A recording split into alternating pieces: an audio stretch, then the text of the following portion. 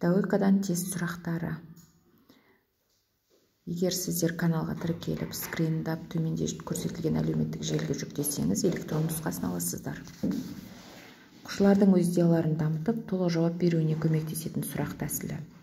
Сынақтан өткізу. Метатанудың тапсырмаға қатысты өлшемінің сипаттамасы.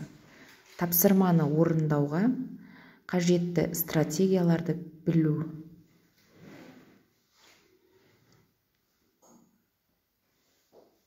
Оқудағы зертханалық эксперименттер нәтижесінде 4К реакция моделі әзірленген тәсіл гуманистік.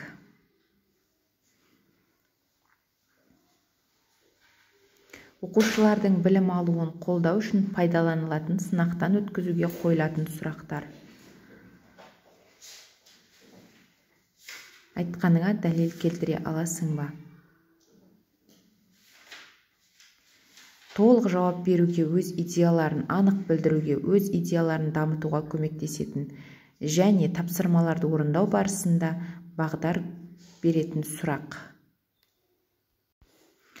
Дұрыс жауабы сынақтан өткізу. Іс-әрекеттер арқылы дамитын білімді сақтау жады. Рәсімдік жад.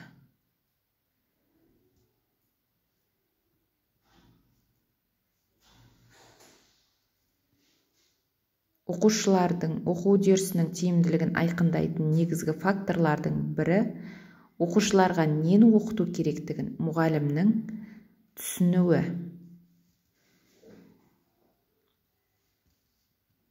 Оқушыға жетістіктерінің белгіленген нормаларымен немесе бірдей жастағы оқушылар тобының қол жеткізген деңгейімен салыстырған соң қорытынды жасалынады.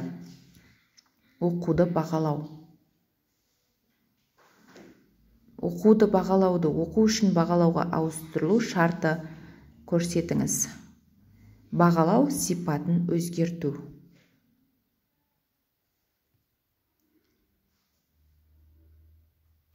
Оқу үшін бағалаудың мақсатын көрсетіңіз. Табысқа жетуге бағыт беру.